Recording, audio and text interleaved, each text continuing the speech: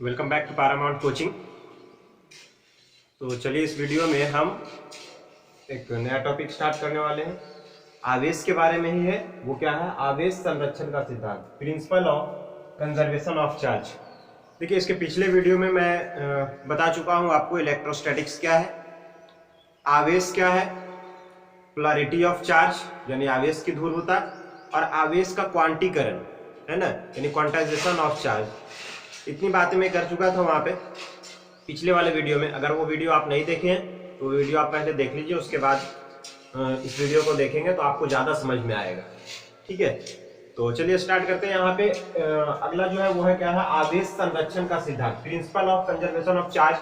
देखिए, आवेश संरक्षण का सिद्धांत क्या है? एक एग्जाम्पल आपके माइंड में तुरंत मतलब सेट हो जाएगा, आपको इसको रखने की जरूरत नहीं होगा। देखिए, ये दो आइसोलेटेड बॉडी है, समझ लीजिए इसको। दो आइसोलेटेड बॉडी है और इसमें ए बी सी, इसमें है ए बी और सी। इसमें क्या किया है? इस पे 2 कूलम है, इस पे 3 कूलम है, इस पे -1 कूलम है। ठीक है, चार्ज नेगेटिव भी हो सकता है। इस पे 3 कूलम है, इस पे -4 कूलम है। ठीक है, और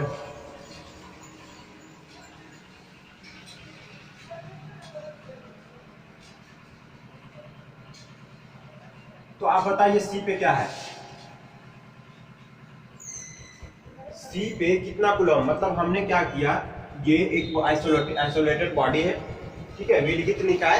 ये एक विलगित निकाय है और इसमें हमने कुछ किया।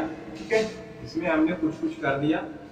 ठीक है, कुछ कर दिया कहने का मतलब कि यहां से आवेश का ट्रांसफर कर दिया, है ना। तो इसमें बताइए कि इसमें ये सी का जो वैल्यू होगा वो कितना होगा? सी पे कितने कूलम आवेश होंगे? तो आप देखिए, सोच लिए होंगे। चलिए आंसर बताइए, कितना कूलम आवेश होगा? आप देख सकते हैं 3 2 5 में 1 घट गया, कितना? 4, है ना। आप ऐसे किए होंगे कि 3 2 5 में 1 घट गया, कितना? 4 कूलम। इस पे टोटल 4 कूलम है। कुछ करने के बाद यहाँ पे कितना है? देखिए, -1, तो यहाँ पे कितना होगा? 4 होने के लिए कितना हो जाएगा? यानी कि 5 कूलम। यहाँ पे आप आंसर सोचे होंगे 5 कूलम। ये कैसे किए होंगे? आपको पहले से ये समझ में आ गया होगा कि आवेश जो होगा वो ना तो घटेगा ना बढ़ेगा। एक आइसोलेटेड बॉडी, एक विलगित निकाय के अंदर जो आवेश होता है वो कुल क्या होता है? संरक्षित होता है। तो अगर इसमें टोटल जो नेट चार्ज है वो कितना है? 4 कूलम। देखिए, आप ऐसे कर देगा कि 3 + 2 -1, इधर इतना है, इधर कितना है? देखिए, 3 कूलम -4 कूलम और प्लस सी का निकालना है। तो हम सी का मान लेते हैं कुछ भी, है ना, क्यू मान लेते हैं सी का। और ये क्यू का वैल्यू क्या हो जाएगा? आप ऐसे भी मतलब कर सकते हैं। 3 तो 5 में 1 घट गया, कितना? 4, और इधर हो गया 3 कूलम -4 कूलम। 3 कूलम में 4 कूलम घट गया -1, इधर आके +1 क्यू। तो क्यू बराबर कितना हो गया? 5 कूलम। 5 कूलम, यानी ये जो इसका सी का वैल्यू जो मान रहे क्यू, वो क्यू का वैल्यू कितना हो रहा है? 5 कूलम। तो आप कैसे कर रहे हैं? दोनों का चार्ज जो है वो बराबर कर रहे हैं। मतलब कि कुछ करने से पहले और करने के बाद वो दोनों का जो हो गया चार्ज, वो क्या है? दोनों हमेशा बराबर है। तो ये तो मतलब ऐसे भी सोच सकते हैं ना कि ये अलग थ्योरी क्या है। अब कंजर्वेशन तो आप बहुत सारे जगह पढ़ चुके हैं, एनर्जी का कंजर्वेशन, है ना, मोमेंटम कंजर्वेशन। तो कंजर्वेशन में होता क्या है? कंजर्वेशन में ये होता है ना कि मतलब पहले और बाद में दोनों का जो होता है वो क्या होता है? वैल्यू होता है वो इक्वल होता है। ठीक है, तो यहाँ पे भी जो आवेश होता है किसी विलगित निकाय के लिए, जो आवेश होता है वो क्या होता है? संरक्षित होता है। ठीक है, किसी विलगित निकाय के अंदर कुल आवेश संरक्षित रहता है और इसी को क्या कहा जाता है? आवेश संरक्षण का सिद्धांत कहा जाता है। ठीक है, चलिए हम इसको लिख देते हैं।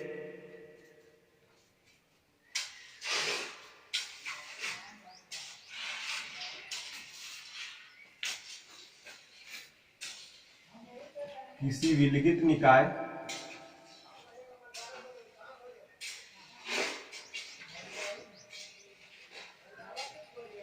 किसी विलगित निकाय के अंदर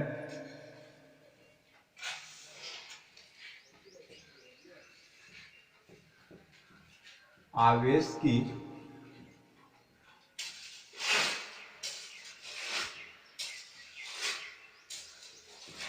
कुल मात्रा संरक्षित रहता है।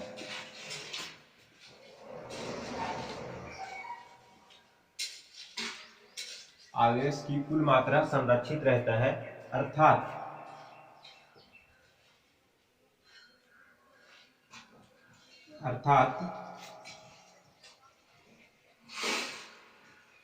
आवेश की ना तो उत्पत्ति होती है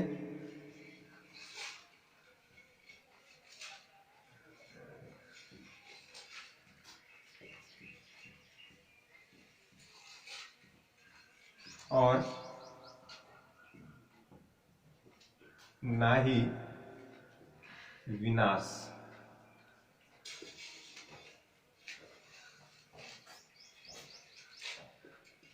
इसे ही आवेश संरक्षण का सिद्धांत कहा जाता है। इसे ही आवेश संरक्षण का सिद्धांत कहा जाता है। चलिए ठीक है, तो ये हो गया आवेश संरक्षण का सिद्धांत। अब देखिए अगला जो है वो क्या है, आवेश के गुण, आवेश के मूल गुण। आवेश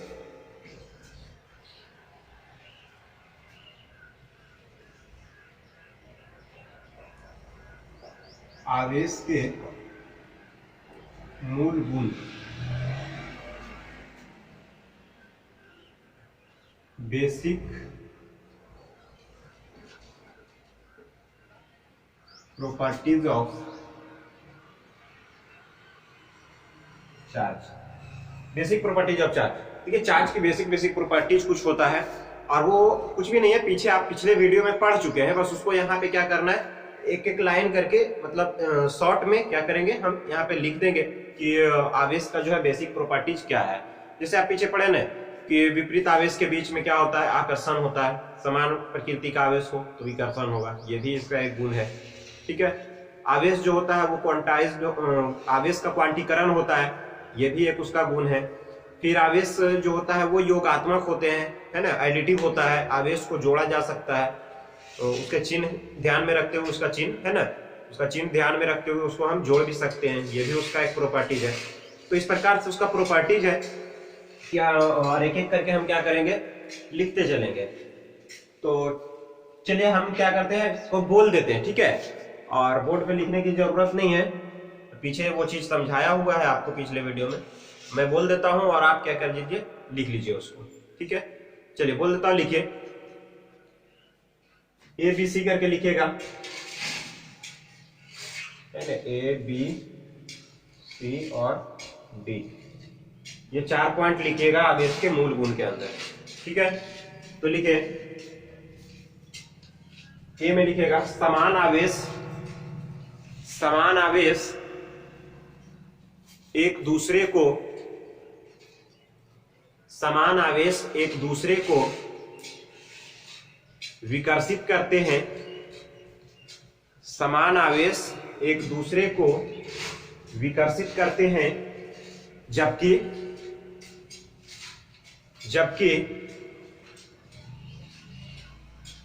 विपरीत आवेश एक दूसरे को आकर्षित करते हैं, जबकि विपरीत आवेश एक दूसरे को आकर्षित करते हैं। चलिए बी पॉइंट लिखिएगा, बी पॉइंट में लिखिए आवेश योगात्मक होता है। बी में लिखिएगा आवेश योगात्मक होता है, योगात्मक, आवेश क्या होता है, योगात्मक होता है, आवेश योगात्मक होता है। जैसे नीचे लिख दीजिएगा, जैसे Q1 Q2 Q3 Q4 है ना, Q1 Q2 Q3 Q4 किसी वस्तु पर आवेश हो, किसी वस्तु पर आवेश हो तो कुल आवेश जो होगा वो क्या होगा, हम कहें बताओ कुल आवेश कितना होगा। तो कुल आवेश क्या लिखे हैं, आवेश योगात्मक होता है, मतलब हम इसको क्या करते हैं, जोड़ सकते हैं directly, Q1 plus Q2 plus Q3 और प्लस Q4, कुल आवेश इतना हो जाएगा। नीचे इसके लिख लीजिएगा, ध्यान रहे, ध्यान रहे आवेश को जोड़ते समय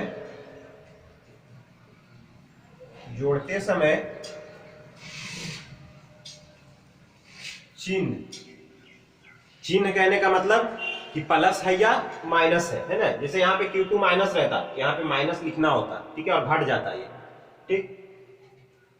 ध्यान रहे आवेश को जोड़ते समय चिन्ह का विशेष ख्याल रखा जाए।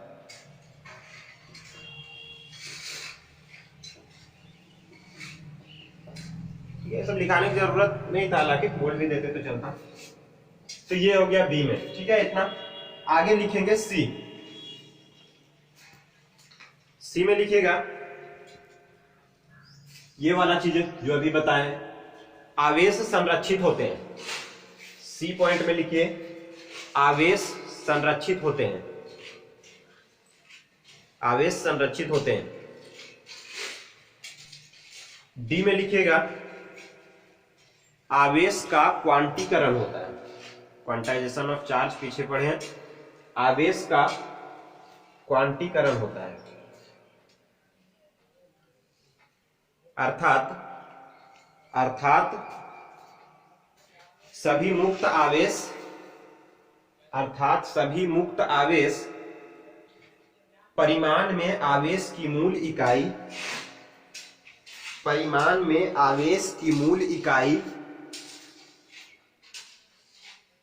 E, मूल इकाई E का पूर्णांक गुणज होता है, पूर्णांक गुणज होता है। ये तो आवेश का क्वांटीकरण था। E का आवेश की मूल इकाई E होता है ना, यानी इससे छोटा आवेश, E से छोटा आवेश प्राप्त नहीं है, है ना, इसको तोड़ा भी नहीं जा सकता है। और E का वैल्यू कितना होता है 1.6 इंटू 10⁻⁻19 कूलम, है ना, और इससे छोटा आवेश संभव नहीं है। E का पूर्णांक गुणज होता है, यानी इसी को हम आवेश का क्वांटीकरण भी कहते हैं। तो ये भी इसका एक गुण है, यानी हम क्या लिखेंगे, Q बराबर क्या हो जाएगा, प्लस माइनस NE, N का पूर्णांक गुणज, जहां नीचे लिख देंगे जहां N बराबर 1 2 3 ये सभी होगा, कोई भी पूर्णांक हो सकता है, ठीक है। तो आवेश का ये बेसिक प्रॉपर्टीज था, 4 प्रॉपर्टीज यहाँ पे मैं लिख दिया हूं, और इसके बाद हम आगे चलते हैं। चलिए मिटाते हैं इसको।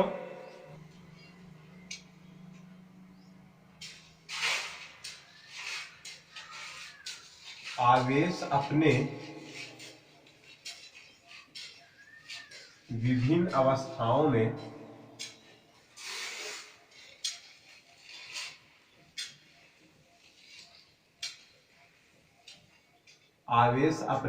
अवस्थाओं में अलग अलग क्षेत्र उत्पन्न करती है, ठीक है। आवेश अलग अलग अवस्थाओं में अलग अलग क्षेत्र उत्पन्न करती है। देखिए आवेश, पिछले वीडियो में बताया था कि आवेश जहां पे स्थिर होता है इसके चारों ओर का एक क्षेत्र उत्पन्न हो जाता है, जिसको हम क्या कहते हैं, विद्युतीय क्षेत्र कहते हैं, ठीक है। स्थिर आवेश है तो हो सकता है आवेश गति कर रहा हो, अब गति भी दो प्रकार से हो सकता है ना।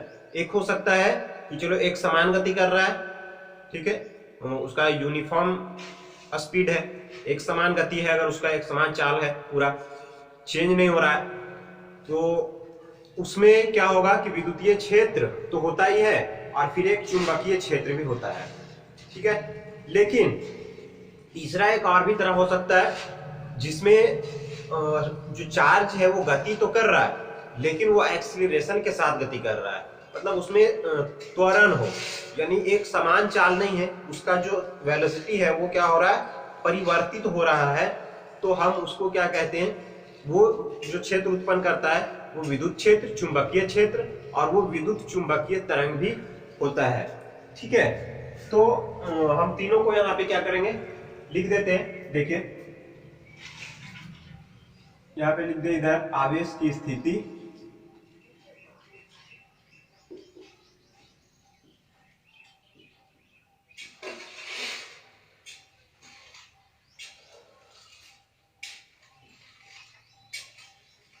विद्युत क्षेत्र,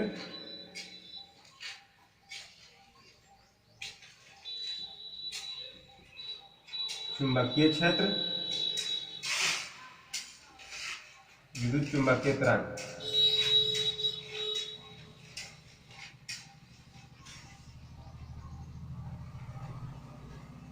विद्युत चुंबकीय तरंग। देखिए आवेश की स्थिति, जब पहला स्थिति क्या हो, आवेश रुका हुआ हो, है ना, स्थिर आवेश के लिए स्थिर आवेश।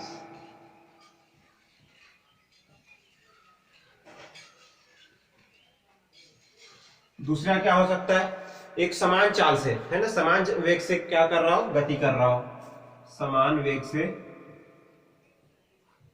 समान वेग से गतिमान आवेश।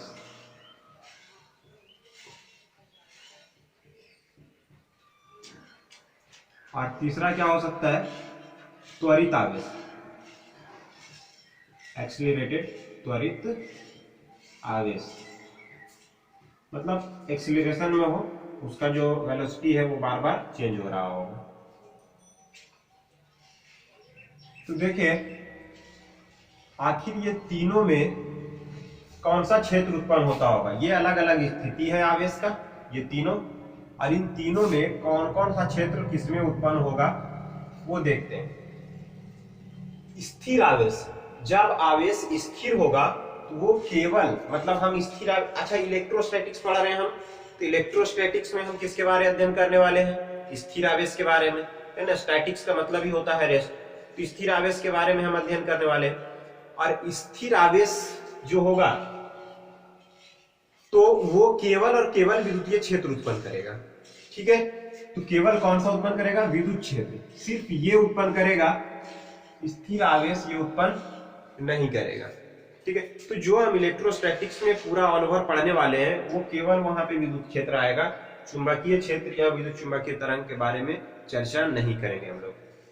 समान वेग से गतिमान आवेश, दूसरा अगर समान वेग से गतिमान आवेश है तो देखिए इसके पास विद्युत क्षेत्र तो होगा, इसमें विद्युत क्षेत्र तो होगा और चुंबकीय क्षेत्र भी होगा। अच्छा यहाँ पे बता दें, कुछ कंडीशंस ऐसे आते हैं, जैसे लॉरेंज फोर्स आगे पढ़ेंगे तो उसमें दोनों आ जाता है, लेकिन जनरली नहीं होता है ऐसा, ठीक है। समान वेग से गतिमान आवेश में विद्युत क्षेत्र भी होगा और चुंबकीय क्षेत्र भी होगा, ये नहीं होगा, ठीक है। त्वरित आवेश, अगर आवेश एक्सीलरेशन में हो, आवेश की जो गति है वो लगातार परिवर्तित हो रहा है, तो उस स्थिति में विद्युत क्षेत्र भी उत्पन्न करेगा, चुंबकीय क्षेत्र भी, और ये विद्युत चुंबकीय तरंग का भी काम करेगा, ठीक है। तो चलिए नोट कीजिए।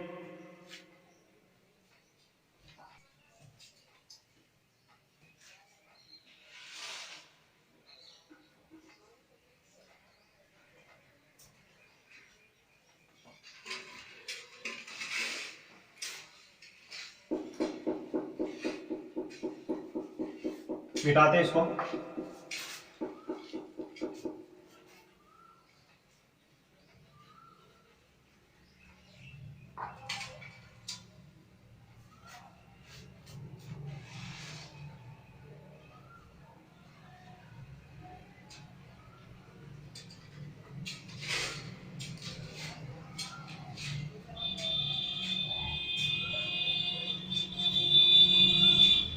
देखिए, how to charge a body.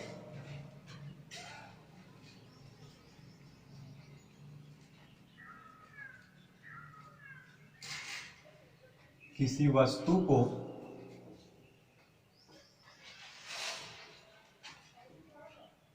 आवेशित कैसे करें। ठीक है, किसी भी वस्तु को हमको आवेशित करना है, चार्ज करना है, तो उसको हम चार्ज कैसे करेंगे।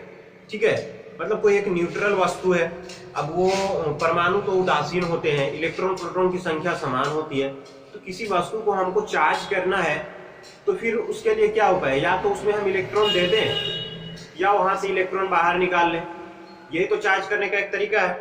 तो फिर आखिर हम चार्ज कितने प्रकार से कर सकते हैं, कौन तरीका अपना करके हम चार्ज कर सकते हैं किसी वस्तु को, और वो वस्तु कैसे, अच्छा चार्ज कौन सा वस्तु होगा, हम कहें कि अगर चार्ज करना है तो वो चार्ज कौन सा वस्तु होगा, तो चार्ज जनरली मेटल्स ही होंगे, मतलब जिसमें फ्री इलेक्ट्रॉन्स होंगे, है ना।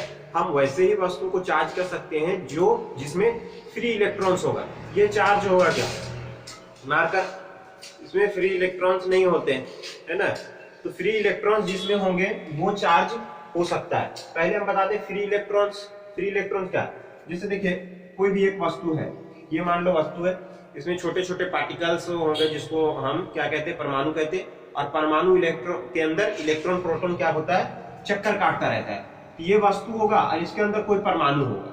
ठीक है, ये मान लेते हैं परमाणु है, हालांकि इतना बड़ा होता नहीं है, जल्दी आपको समझाने के लिए, और ये परमाणु है, ये परमाणु है इसमें। ठीक है, और इसके अंदर एक क्या होता है, न्यूक्लियस होता है छोटा सा। अब इसमें जो होता है वो कक्षाएं बनी होती है जिसपे इलेक्ट्रॉन चक्कर काटता है। अब यहां से देखिए इलेक्ट्रॉन, ये इलेक्ट्रॉन क्या होता है, घूमता रहता है। ठीक है, इस पे इलेक्ट्रॉन चक्कर काटते हैं, तो क्लियर बनाते हैं थोड़ा, परमाणु से ही आप समझिए सिर्फ, ये न्यूक्लियस होगा और ये क्या है, कक्षा है जिसमें इलेक्ट्रॉन्स घूम रहे हैं। मान लेते हैं यहाँ इलेक्ट्रॉन, ये बाहरी कक्षा में एक इलेक्ट्रॉन है, ठीक है, यहाँ पे घूम रहा है, ये चक्कर लगा रहा है। अब देखिए मेटल्स में होता क्या है कि जैसे इसका तापमान हम बढ़ाएंगे, मतलब इलेक्ट्रॉन को बाहर निकालने के लिए, फ्री करने के लिए, यहाँ से अपना बाहर निकल जाए, तो इसके लिए हमें देना होगा बाहर से एनर्जी। ठीक है, क्योंकि इसके नाभिक पॉजिटिव और ये नेगेटिव, इसके बीच में आकर्षण बल लगता है और वो इलेक्ट्रॉन क्या होता है, घूमता रहता है। ठीक है, इसको बाहर जाने नहीं देता है। इसको बाहर करने के लिए हमको क्या करना पड़ेगा, बाहर से देना होगा एनर्जी, और एनर्जी यानी कि हम क्या करें, इसको हीट कर दे। अगर इसको हीट कर दे, टेम्परेचर बढ़ा दे इसका, तो टेम्परेचर बढ़ाने के बाद अगर ये क्या होगा, इससे मतलब बाहर निकल जाएगा। ये कितना टेम्परेचर, तो देखिए अलग अलग वस्तुओं का अलग अलग टेम्परेचर, लेकिन मेटल्स का जो होता है, मेटल्स के लिए रूम टेम्परेचर ही काफी होता है। रूम टेम्परेचर कहने का मतलब कि 25 डिग्री सेल्सियस, इसके लिए रूम टेम्परेचर ही काफी होता है। अब 25 डिग्री सेल्सियस पे कहीं पे भी वस्तु है सामान्य, कहीं पे भी 22-25 डिग्री सेल्सियस तो तापमान होता ही है इतना, तो वहां पे होता क्या है कि इससे इलेक्ट्रॉन ऑटोमेटिकली पहले से ही बाहर होता है। तापमान तो इतना पहले से मिला होता है, ये ऊर्जा मिला होता है इसको, एनर्जी पहले से, ये क्या होता है, फ्री होता है। अब ये पदार्थ के अंदर, इससे परमाणु के अंदर जो मैटर है वो परमाणु से बाहर निकल गया, और ये फ्री इलेक्ट्रॉन, ऐसे ढेर सारा परमाणु होता है, फ्री इलेक्ट्रॉन क्या होते हैं, बाहर घूमते रहते हैं रूम टेम्परेचर पर। ठीक है, यानी मेटल्स के अंदर। अब ये इलेक्ट्रॉन, अब देखिए इसको चार्ज फ्लो कराना है, चार्ज फ्लो कराना है तो हम क्या करते हैं, क्लास 10th में पढ़े होंगे कि पोटेंशियल डिफरेंस लगाते हैं इसके बीच में, है ना, कोई भी विभवांतर, तभी तो चार्ज फ्लो होगा। तो यहाँ कोई भी पोटेंशियल डिफरेंस लगा दें कि चलो इधर क्या है, नेगेटिव इधर जोड़ देते हैं, एक बैटरी लगा दो या जो भी कोई भी स्रोत जिससे पोटेंशियल डिफरेंस उत्पन्न हो सके। ठीक है, तो यहाँ से जोड़ देते हैं इसको, एक प्लस वाला चार्ज, ठीक है, यहाँ पे मान लेते हैं लाए हैं प्लस वाला चार्ज, इसको कनेक्ट किया।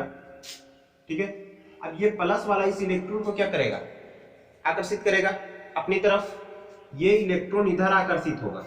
ठीक है, ये इलेक्ट्रॉन जब इधर आकर्षित होगा तो यहाँ पे उत्पन्न हो जाएगा क्या, पॉजिटिव चार्ज। अब ये क्योंकि इलेक्ट्रॉन निकलने के बाद पॉजिटिव चार्ज उत्पन्न होता है, ये पॉजिटिव होगा, ये इसको आकर्षित करेगा, फिर ये यहाँ पॉजिटिव उत्पन्न होगा, ये इसको आकर्षित करेगा।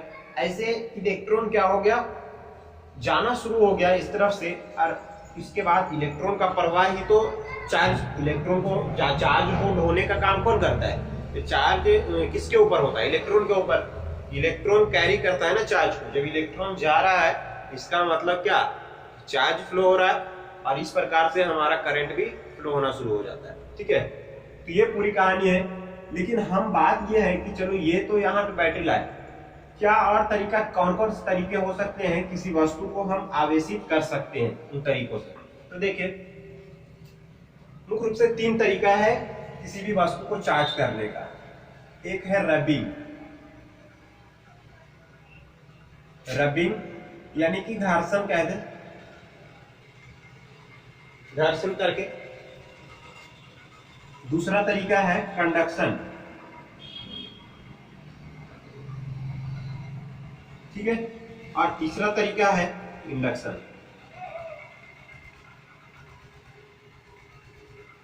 रबिंग, कंडक्शन और इंडक्शन, ये 3 तरीके से हम किसी भी बॉडी को चार्ज कर सकते हैं। देखिए रबिंग क्या होता है, ठीक है, रबिंग आखिर क्या होता है वो जान लेते हैं।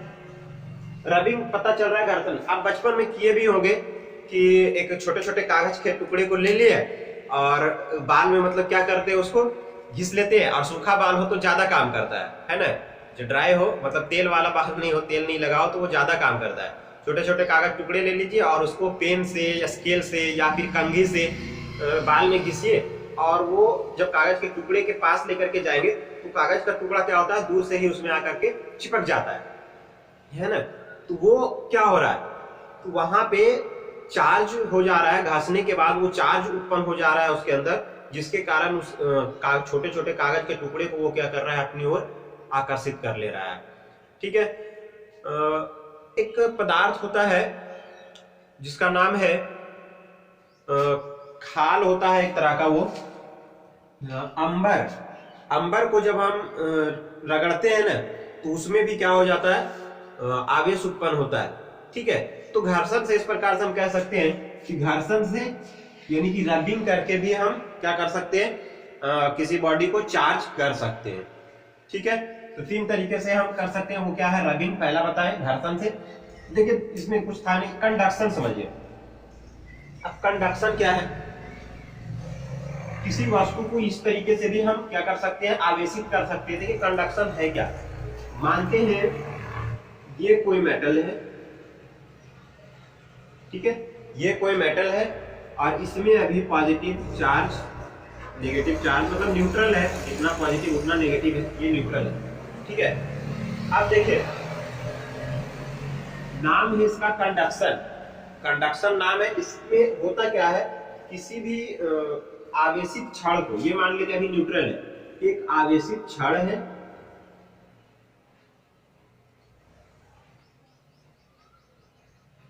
और इस पे क्या है, मान लीजिए नेगेटिव चार्ज है, इस पे इस रड में पहले से नेगेटिव चार्ज है।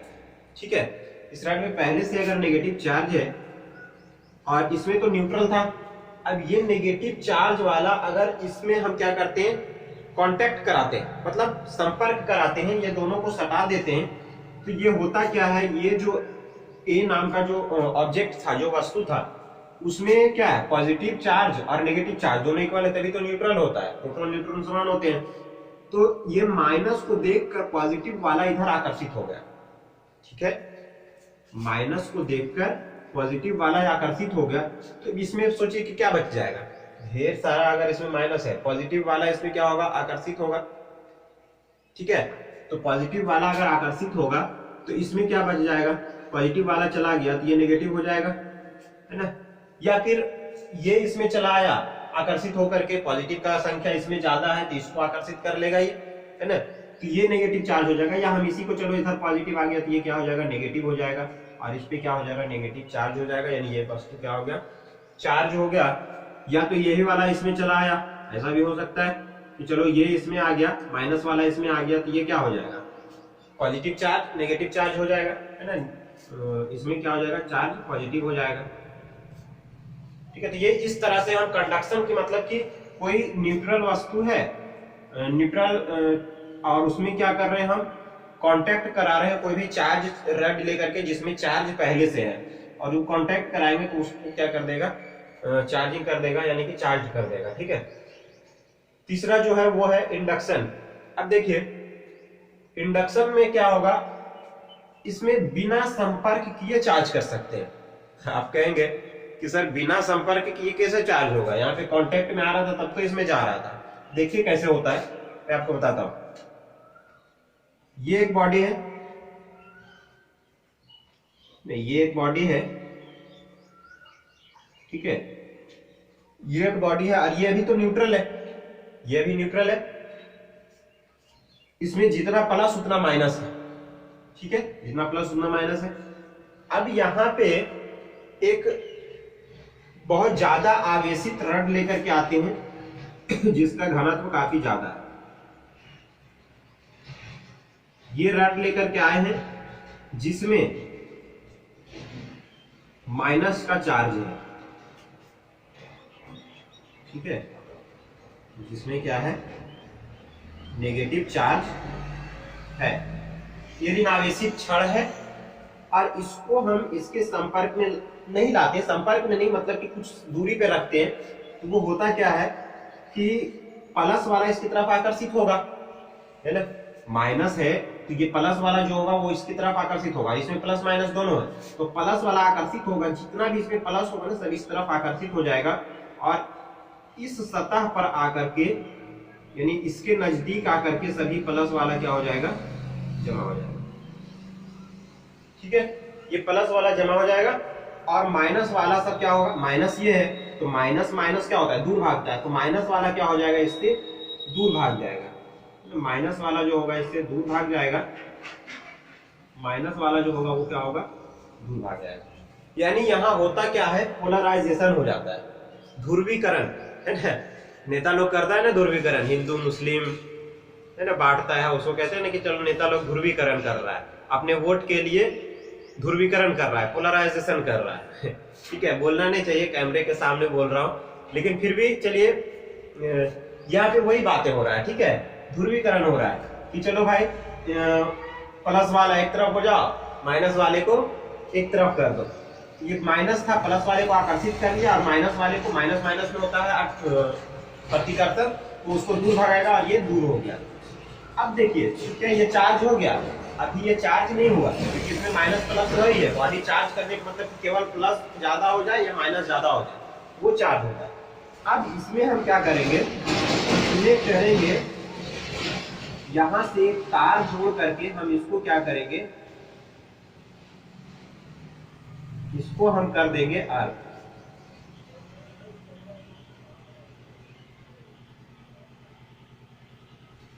इसको क्या कर देंगे हम, अर्थ कर देंगे। अर्थ मतलब कि अर्थिंग, यानी कि पृथ्वी से कहीं तार जोड़ करके पृथ्वी में जाके हम काट दें उसको जमीन से, तो अर्थ कर दिए। अब यहाँ अर्थ करने के बाद नेगेटिव चार्ज इधर चला जाएगा, ठीक है, बाकी का जो बच जाएगा हमारे पास, वो नेगेटिव चार्ज तो इधर चला गया, अब बाकी का क्या बच जाएगा, केवल और केवल पॉजिटिव चार्ज ही हमारे पास रह जाएंगे। ठीक है, केवल और केवल पॉजिटिव चार्ज रह जाएंगे, और अब इस क्षण को हम क्या करेंगे, हटा लेंगे। इस क्षण को हम हटा लिया, और उसके बाद में सिर्फ केवल क्या रह गया, पॉजिटिव चार्ज ही रह गया इसके अंदर। बातें समझ में आए, ये वस्तु चार्ज हो गया ना, अब इसमें नेगेटिव या सिर्फ पॉजिटिव दिख रहा है। ठीक है, ये वस्तु क्या हो गया, चार्ज हो गया। इस विधि को हम क्या कहते हैं, इंडक्शन कहते हैं। ठीक है, ये प्रोसेस है इंडक्शन का। ठीक, चलिए इसमें हम कुछ लिखवाएंगे नहीं, बस आपको बताने के लिए मैं ये करवा दिया हूं, आप चाहे तो नोट कर सकते हैं। ठीक है, चलिए मिटाते इसको।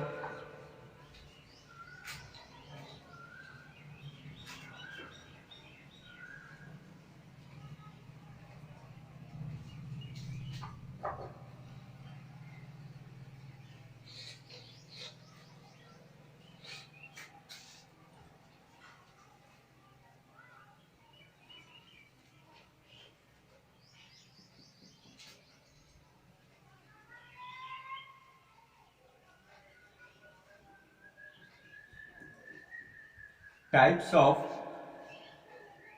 materials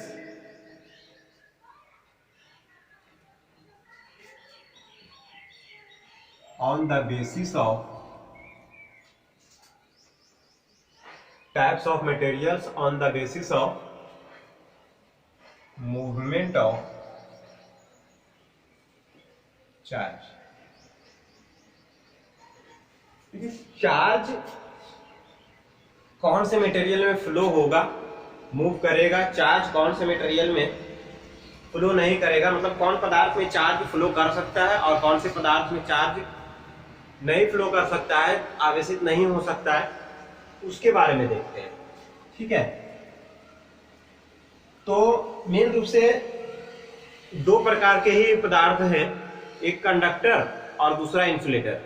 ठीक है, लेकिन अभी दो और भी तरह के पदार्थ बहुत सारे यूज में आ रहे हैं। एक तो बहुत ज्यादा यूज हो रहा है जिसको हम सेमी कंडक्टर कहते हैं। ठीक है, और चौथा है सुपर कंडक्टर। तो चार टाइप के मेन रूप से हम पढ़ेंगे यहाँ पे। पहला क्या है, कंडक्टर। पहला है कंडक्टर जिसको हम चालक कहते हैं। ठीक है, दूसरा है इंसुलेटर, विद्युत रोधी या कुचालक जो भी कहते हैं, विद्युत रोधी।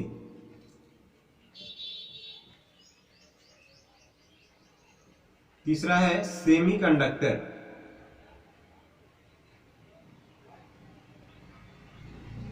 अर्धचालक, अर्धचालक। और चौथा है सुपर कंडक्टर, सुपर कंडक्टर अतिचालक। ये चार टाइप के मटेरियल्स होते हैं। ठीक है, अब एक एक करके जानेंगे कि आखिर ये चारों टाइप के मटेरियल्स क्या क्या है। ठीक है,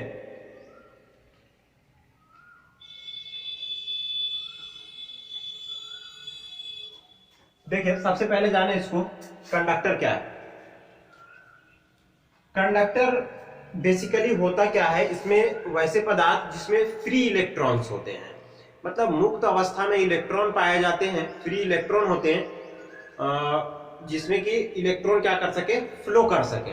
ठीक है, और वो पदार्थ होता क्या है, जनरली वो मेटल्स होते हैं, धातु होते हैं। धातु ही ऐसा होता है जिसमें चार्ज क्या हो सकता है, फ्लो हो सकता है। ठीक है, मेन रूप से ऐसे तो हमारा बॉडी भी क्या है, तो वो भी क्या है, एक तरह का कंडक्टर है। ठीक है, भले ही उसका रेजिस्टेंस ज्यादा होगा लेकिन कंडक्टर तो है। पृथ्वी भी क्या है, एक कंडक्टर है, इसमें भी करंट फ्लो हो जाता है। तो जैसे आप कहेंगे कि चलिए मेरा बॉडी कैसे कंडक्टर है, तो बॉडी कैसे कंडक्टर है, आपको बताया, एक तो जैसे करंट फ्लो हो रहा है किसी वायर में। ठीक है, आप उसको छू दिए, अब करंट आपको लग रहा है, ये हाथ दूसरा कोई आपको पकड़ेगा ना करके, तो दूसरा कोई पकड़ेगा तो उसको भी करंट यहां से लगेगा।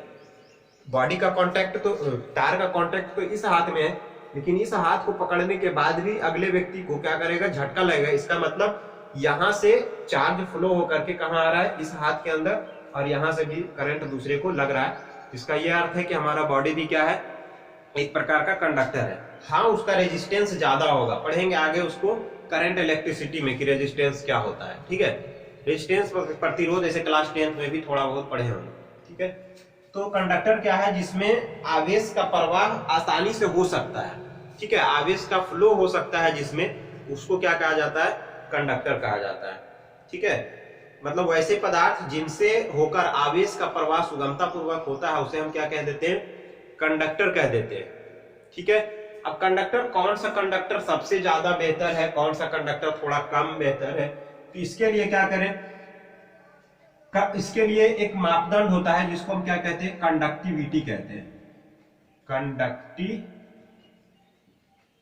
कंडक्टिविटी कहते हैं।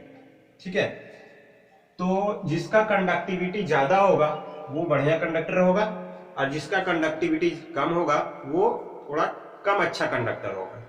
ठीक है, तो कंडक्टिविटी ज्यादा मतलब जिसमें ज्यादा फ्री इलेक्ट्रॉन्स होंगे वो क्या होगा, कंडक्टर, अच्छा कंडक्टर होगा। या तो फिर हीट के आधार पर भी हम इसको कह सकते हैं। जैसे एल्युमिनियम है और कॉपर है, ठीक है, वो दोनों मेटल्स हैं, तो उसमें दोनों में कौन सा अच्छा कंडक्टर है? तो जो अच्छा कंडक्टर वो कॉपर होता है, और इसीलिए तो वो महंगा होता है। कॉपर अच्छा कंडक्टर क्यों होता है?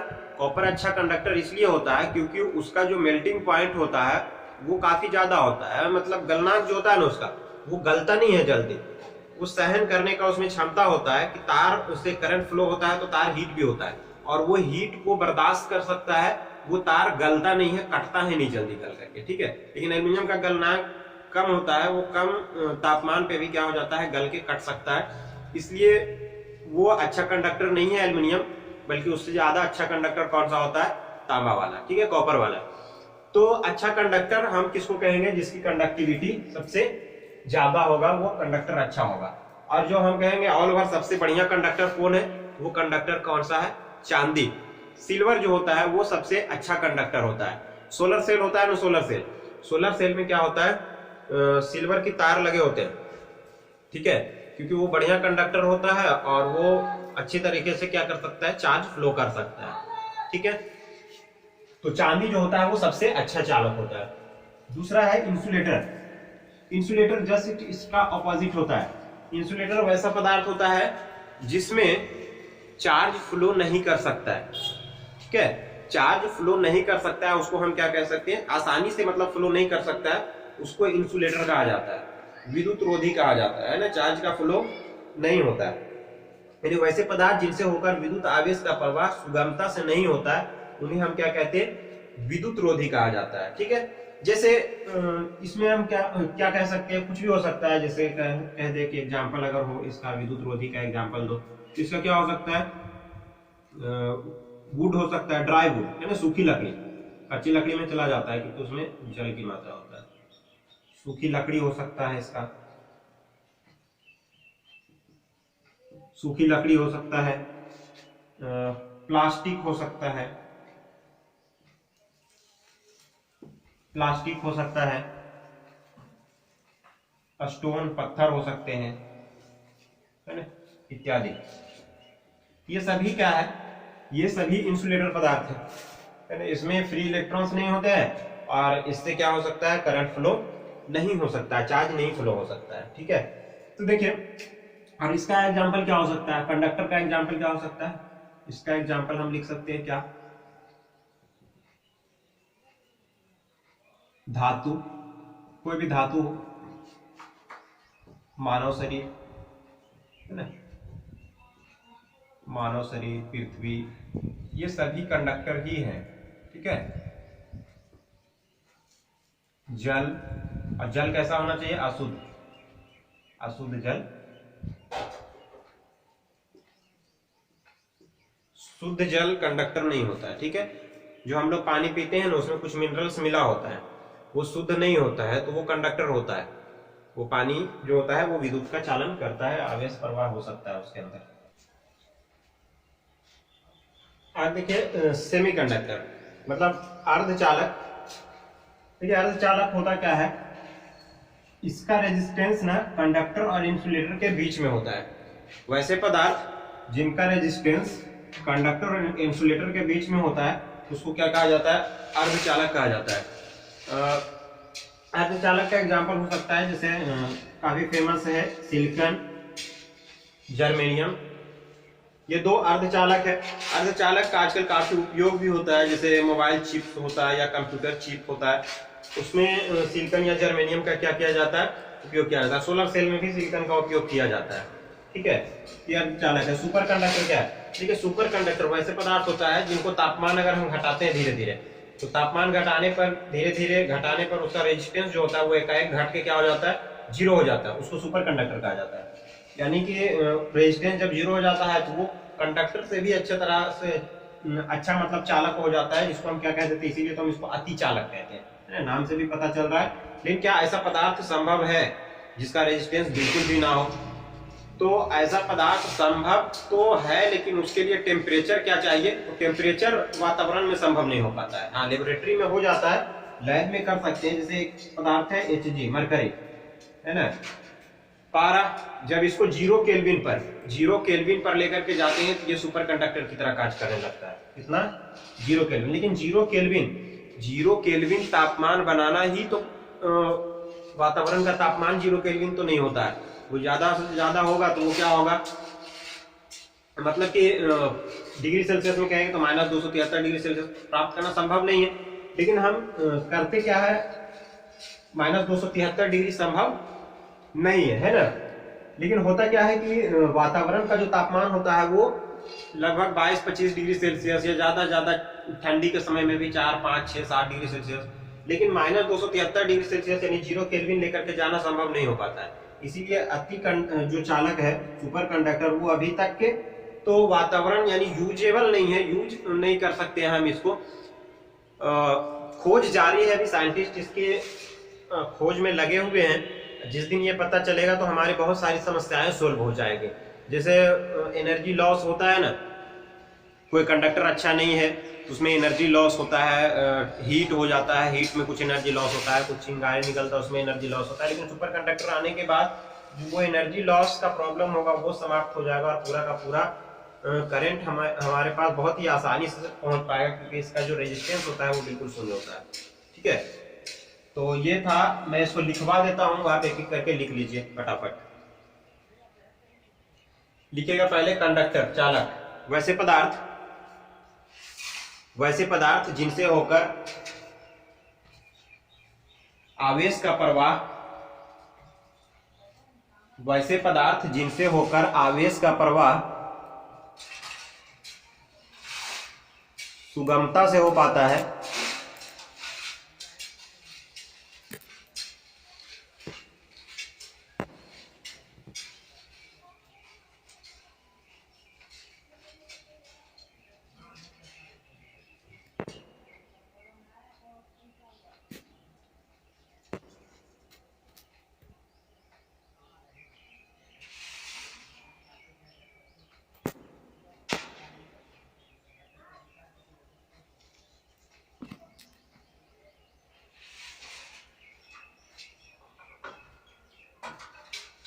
वैसे पदार्थ जिनसे होकर आवेश का प्रवाह सुगमता से हो पाता है उसे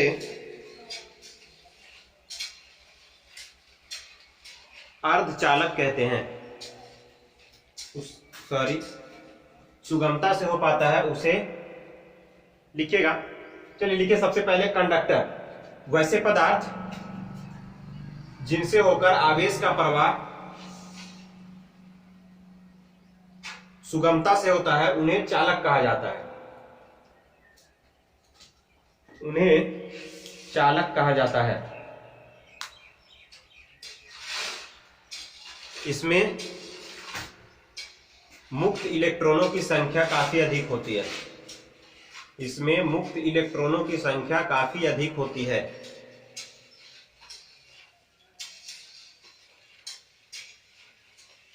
जो पदार्थ के भीतर स्वतंत्र रूप से गति करते रहते हैं, जो पदार्थ के भीतर स्वतंत्र रूप से गति करते रहते हैं। एग्जाम्पल में लिख लीजिएगा, धातु, मानव शरीर, पृथ्वी, अशुद्ध जल इत्यादि।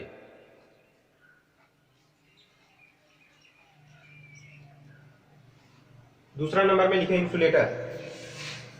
इंसुलेटर वैसे पदार्थ जिनसे होकर आवेश का प्रवाह सुगमता पूर्वक नहीं हो पाता है, वैसे पदार्थ जिनसे होकर आवेश का प्रवाह सुगमता पूर्वक नहीं हो पाता है विद्युत रोधी या कुचालक कहलाता है, विद्युत रोधी या कुचालक कहलाता है।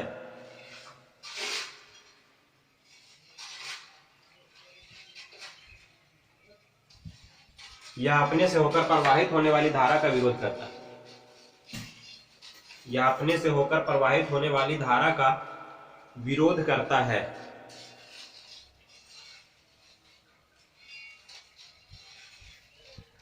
जैसे में लिख ले, सूखी लकड़ी, प्लास्टिक, पत्थर इत्यादि।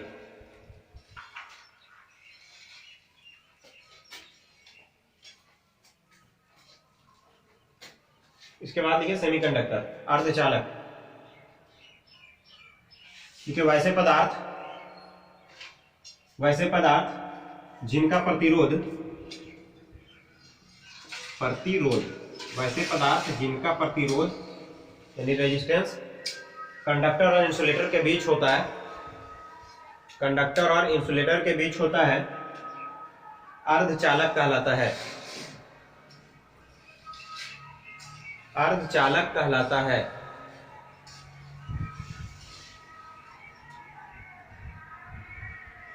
जैसे में लिख दीजिए सिलिकॉन, जर्मेनियम इत्यादि। ठीक है, अगला लिखिए सुपर कंडक्टर, अतिचालक। इसमें लिखेंगे वैसे पदार्थ जिसका तापमान घटाने पर, वैसे पदार्थ जिनका तापमान घटाने पर उसका प्रतिरोध एकाएक घटकर शून्य हो जाता है, उसका प्रतिरोध एकाएक घटकर शून्य हो जाता है, उसे सुपर कंडक्टर कहा जाता है। ठीक है, चलते हैं आगे।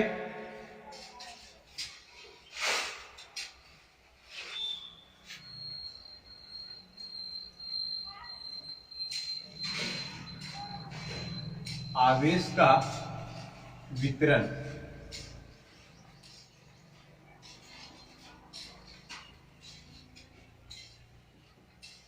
Distribution of charge.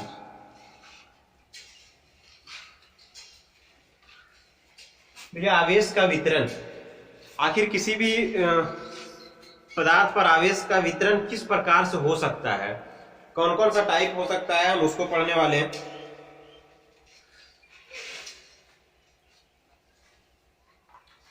देखिए मेन रूप से आवेश का वितरण 3 प्रकार से होता है।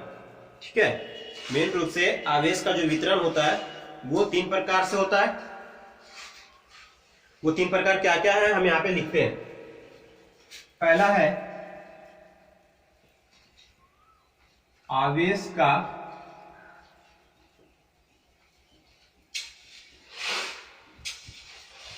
रैखिक घनत्व,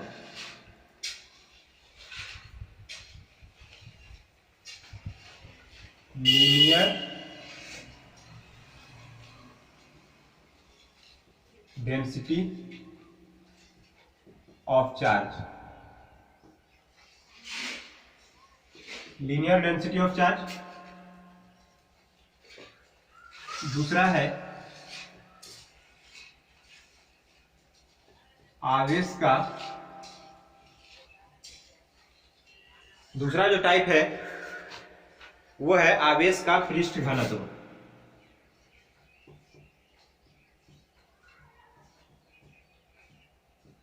सरफेस डेंसिटी ऑफ चार्ज।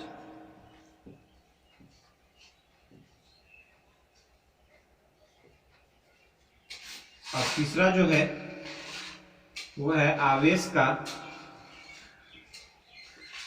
आयतन घनत्व,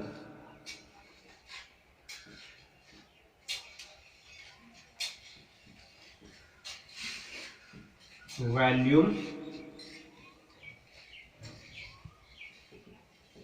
डेंसिटी ऑफ चार्ज। ये तीनों टाइप का डिस्ट्रीब्यूशन हम पढ़ने वाले हैं और ये काफी ज्यादा यूज भी होगा अगले चैप्टर में भी, इसके लिए इसको हम ध्यान से पढ़ेंगे। ठीक है, देखिए सबसे पहले है आवेश का रैखिक घनत्व। नाम से पता चल रहा है, इसके नाम में क्या है रैखिक, इसके नाम में क्या है पृष्ठ, और इसके नाम में क्या है आयतन। बस ये तीनों आप समझ गए, रैखिक, पृष्ठ और आयतन। बस अगर एक समझ गए तो फिर सारे समझ में आ जाएगा। पहला क्या है आवेश का रैखिक घनत्व। देखिए जब आवेश का वितरण, आवेश का जब वितरण किया जाता है मतलब लंबाई के अनुरूप, ठीक है, जब लंबाई के अनुसार अगर आवेश का डिस्ट्रीब्यूशन किया जाता है तो वो क्या कहलाता है, रैखिक घनत्व कहलाता है। मान ले कि ऐसे है ना, ठीक है, यहां से और इसको क्या किया जाता है, लंबाई के अनुरूप इसको आवेशित किया जा रहा है, इसको प्लस चार्ज पॉजिटिव चार्ज किया जा रहा है इसको, और इसकी जो लंबाई है वो क्या है एल है, ऐसा मान लेते हैं कि एल लंबाई है। इस लंबाई के अनुदिश अगर हम चार्ज देखते हैं तो हम उसको क्या कहते हैं, रैखिक घनत्व कहा जाता है। ठीक है, लंबाई के अनुसार अगर किसी वस्तु को चार्ज किया जाता है वो क्या कहलाता है, उसका रैखिक घनत्व कहलाता है। और इसका इसको हम कैसे डिफाइन कर सकते हैं, इसको डिफाइन कर सकते हैं इस प्रकार से कि एकांक लंबाई में उपस्थित आवेश की मात्रा, क्या कहते हैं, एकांक लंबाई में उपस्थित आवेश की मात्रा को क्या कहा जाता है, रैखिक घनत्व कहा जाता है। ठीक है, यानी कि ये क्या हो जाएगा, आप चाहे तो लिख सकते हैं, मैं लिख देता हूं यहां पे। चलो, आवेश का रैखिक घनत्व क्या है, इसको एकांक आवेश में है ना लिख देते हैं, एकांक लंबाई में उपस्थित, एकांक लंबाई में उपस्थित आवेश की मात्रा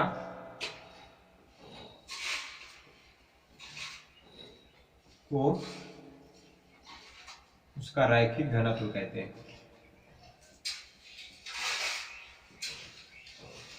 रैखिक घनत्व कहते हैं। ठीक है, एकांक लंबाई में उपस्थित आवेश की मात्रा को उसका रैखिक घनत्व कहा जाता है। अब एकांक लंबाई में, यानी कि एकांक लंबाई मान लेते, छोटी सी लंबाई क्या है, पूरा लंबाई L है, एक छोटी सी लंबाई मानिए इतना में। ठीक है, इतना में अगर हम मानते हैं कि चलो इतना, तो इसको हम क्या मान लेते हैं, डेल्टा L मान लेते हैं, बहुत छोटा सा है डेल्टा L, और इसमें क्या है, डेल्टा Q आवेश शामिल होता होगा। तो इसका जो इसे रैखिक घनत्व कहते हैं, इसको इंडिकेट क्या करते हैं, इसे ये भी लिख देते हैं, इसे लेम्डा से निरूपित करते हैं।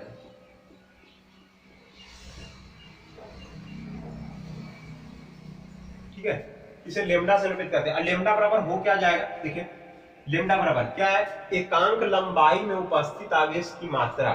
एकांक लंबाई में उपस्थित आवेश की मात्रा, एकांक जब भी आता है तो उसको हम क्या रखते हैं, नीचे डेल्टा L, एकांक छोटा सा मान है क्या, डेल्टा, और उपस्थित आवेश की मात्रा, तो आवेश की मात्रा को कहां रख दे, ऊपर, डेल्टा Q।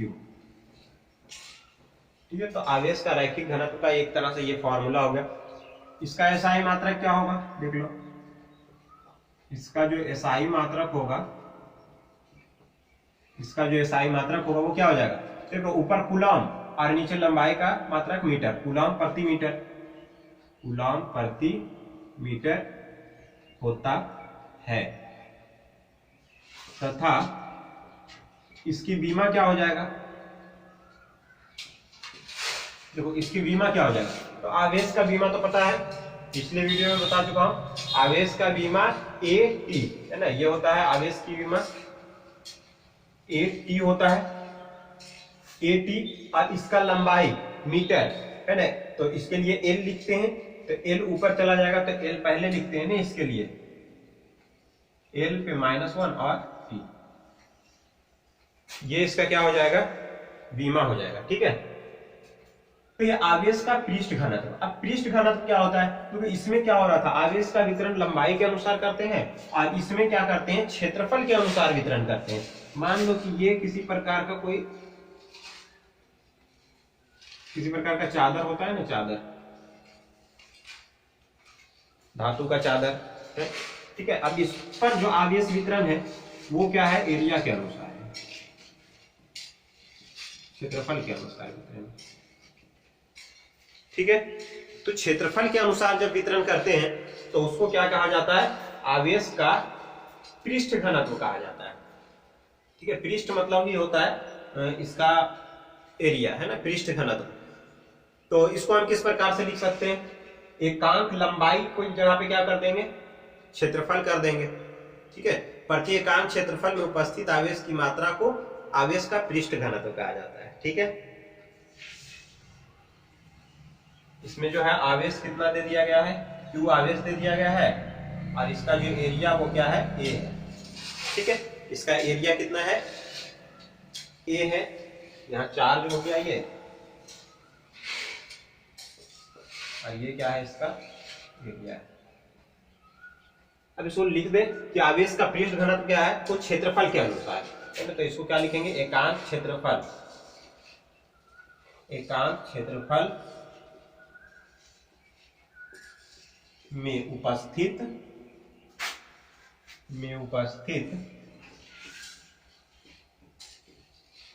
आवेश की मात्रा को,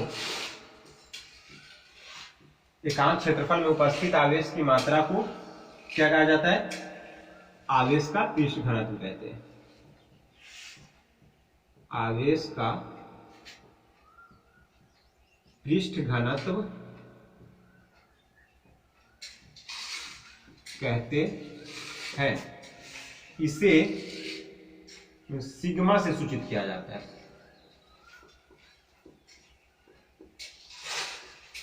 ठीक है, इसे सिग्मा से सूचित करते हैं। अब देखिए इसके डेफिनेशन के अनुसार क्या हो रहा है? एकांक क्षेत्रफल, तो इसको पहले तो हम सिग्मा से इंडिकेट करते हैं। तो सिग्मा बराबर क्या होगा? एकांक क्षेत्रफल। तो एकांक वाला जो भी होता है वो नीचे होता है। जैसे यहाँ एकांक लंबाई था तो लंबाई नीचे। एक छोटा सा एरिया मान रहे हैं तो डेल्टा लिख दे रहे, और उपस्थित आवेश कितना था? डेल्टा क्यू ले रहे, छोटा सा आवेश, छोटे से एरिया में छोटा सा आवेश, ये हो जाएगा। तो इसका एसआई मात्रक क्या हो जाएगा? इसका एसआई मात्रक, देखिए इसका एसआई मात्रक आवेश का कूलम और नीचे एरिया का मीटर स्क्वायर होता है, तो बट्टा में है तो इसके लिए क्या हो जाएगा? कूलम प्रति मीटर स्क्वायर, ये हो जाएगा। तथा इसकी विमा क्या हो जाएगा?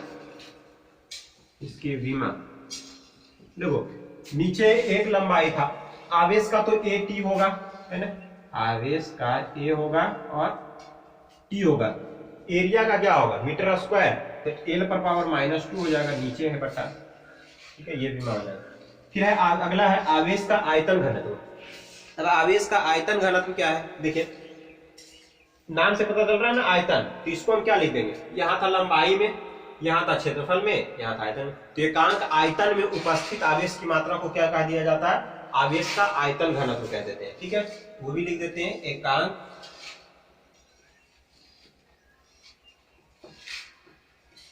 आयतन में उपस्थित आवेश की मात्रा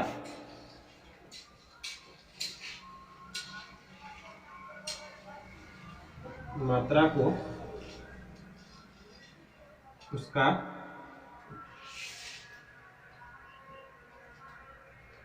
आवेश का आयतन घनत्व कहते हैं।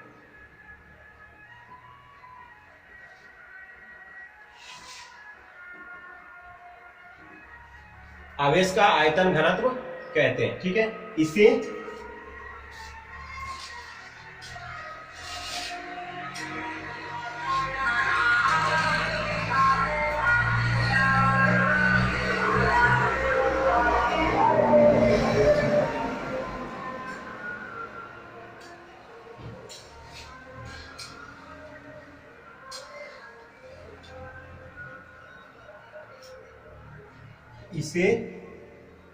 रो, इसको क्या पढ़ते हैं?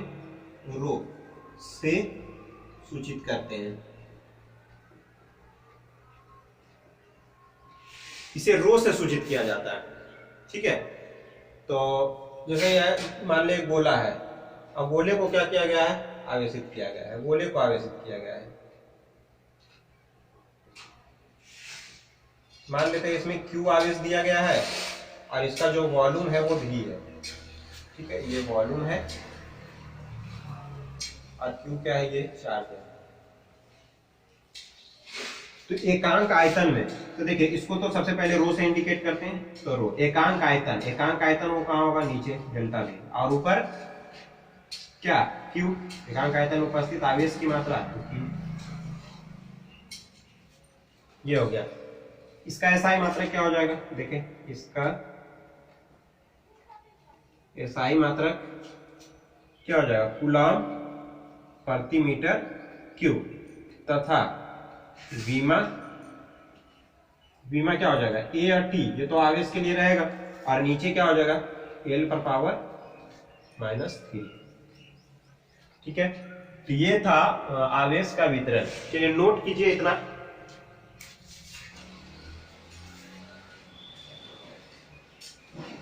ये नोट नीचे लिखेंगे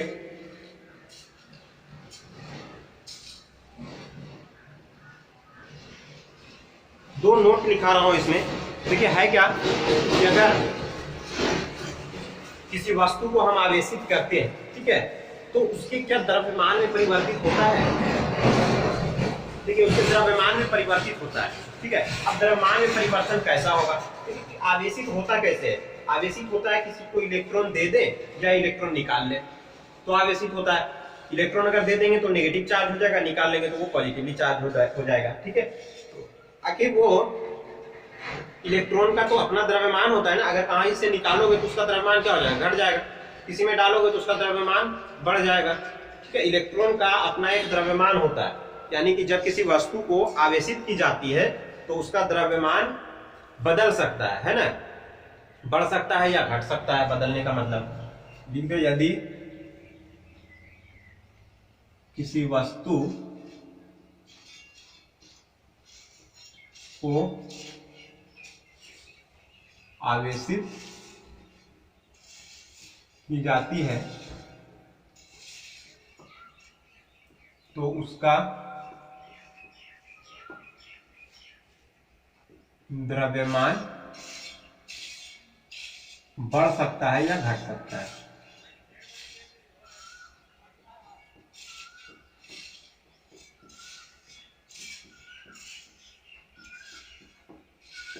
बढ़ सकता है या घट सकता है। देखिए कब बढ़ेगा और कब घटेगा, है ना। तो ये द्रव्यमान बढ़ेगा कब और द्रव्यमान घटेगा कब। देखिए नेगेटिव चार्ज,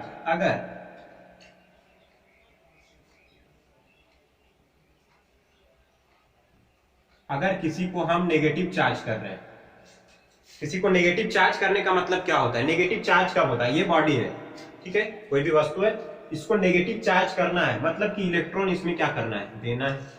बाहर से इलेक्ट्रॉन इसमें देंगे तो नेगेटिव चार्ज होगा।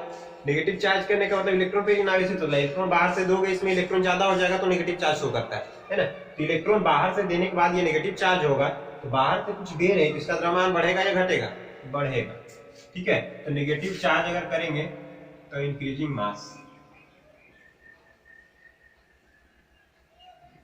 मास जो द्रव्यमान जो होता है वो क्या होता है, बढ़ता है, यानी सीधा लिख दे बढ़ता है, ठीक है। द्रव्यमान बढ़ता है और किसी को पॉजिटिव चार्ज कर रहे हैं,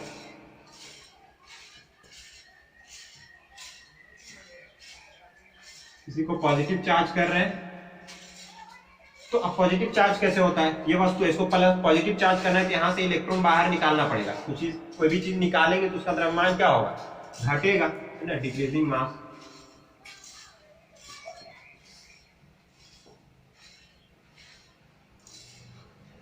यानी कि घटता है, जो द्रव्यमान होता है वो क्या हो जाता है, घटता है, ठीक है। ये मोटा मोटी बात था। दूसरा है कि अगर कोई वस्तु है उस पे उसके पास मतलब एक कूलम आवेश है, मतलब उसमें कितने इलेक्ट्रॉन है, वो यानी एक कूलम आवेश में कितने इलेक्ट्रॉन, 6.25 गुने 10 की पावर 18, पीछे वीडियो में बता चुका हूं। वही चीजें लिख देते हैं कि अगर यदि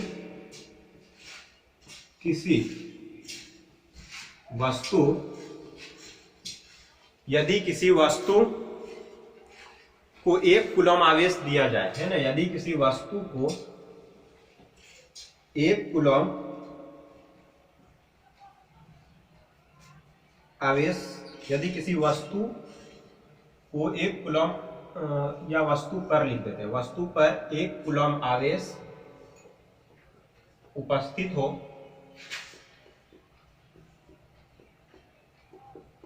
तो उसमें इलेक्ट्रॉन की संख्या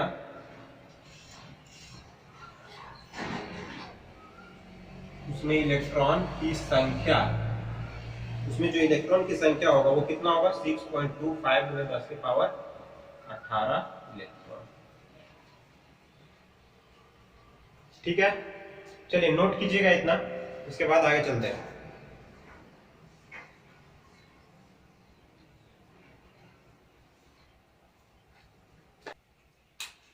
चलिए देखें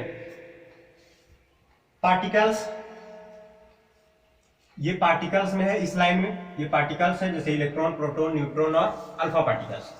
इन्वेंटर, इसके खोज कौन किया, प्रोटॉन, न्यूट्रॉन का खोज, अल्फा पार्टिकल्स का खोज। मास, किसका मास कितना होता है, मास मतलब कि द्रव्यमान, इलेक्ट्रॉन का द्रव्यमान, प्रोटॉन का द्रव्यमान, न्यूट्रॉन का द्रव्यमान और ये अल्फा पार्टिकल का द्रव्यमान है। चार्ज, किस पे कितना चार्ज होता है, इलेक्ट्रॉन पे ये चार्ज है, प्रोटॉन पे इतना चार्ज, न्यूट्रॉन पे और ये अल्फा पार्टिकल पे चार्ज होते हैं। ठीक है, तो बेसिकली ये पार्टिकल्स है, ये इन्वेंटर है, इसका ये मास है और ये क्या है, चार्ज है। देखिए इन्वेंटर जो है, इलेक्ट्रॉन का खोज किसने किया था, जे थॉमसन। प्रोटॉन का खोज गोल्डस्टीन ने किया था। न्यूट्रॉन का खोज जेम्स चैडविक ने किया था और अल्फा पार्टिकल का रदरफोर्ड ने किया था। ठीक है, अब देखिए इलेक्ट्रॉन का जो मास होता है, इलेक्ट्रॉन का जो द्रव्यमान होता है वो कितना होता है, 9.1 इंटू 10⁻³ kg। ठीक है, प्रोटॉन का द्रव्यमान होता है 1.67 × 10⁻27 kg। ये इलेक्ट्रॉन का द्रव्यमान से ये जो होता है 1837 गुना होता है। ठीक है, इसका भी अच्छा, प्रोटॉन और न्यूट्रॉन का द्रव्यमान लगभग बराबर होता है। ठीक है, तो वही लिखा हुआ है, जो ये है वही इसका है। अल्फा पार्टिकल का 6.67 × 10⁻27 kg। चार्ज, इलेक्ट्रॉन पे चार्ज होता है माइनस का 1.6 × 10⁻19 कूलम। दोनों पे चार्ज बराबर होता है, बस ये नेगेटिव चार्ज होता है, ये पॉजिटिव चार्ज होता है। और इस पे न्यूट्रॉन उदासीन कण होते हैं, इस पे कोई चार्ज नहीं होता है। अल्फा पार्टिकल्स पे चार्ज होता है 3.2 × 10⁻19 कूलम। ठीक है, तो ये था आज का वीडियो और इस वीडियो में इतना ही। नेक्स्ट वीडियो में हम बात करेंगे कूलॉम्स लॉ की। ठीक है, तो नेक्स्ट वीडियो में स्टार्ट होगा कूलॉम्स लॉ। इस वीडियो में इतना है फिलहाल।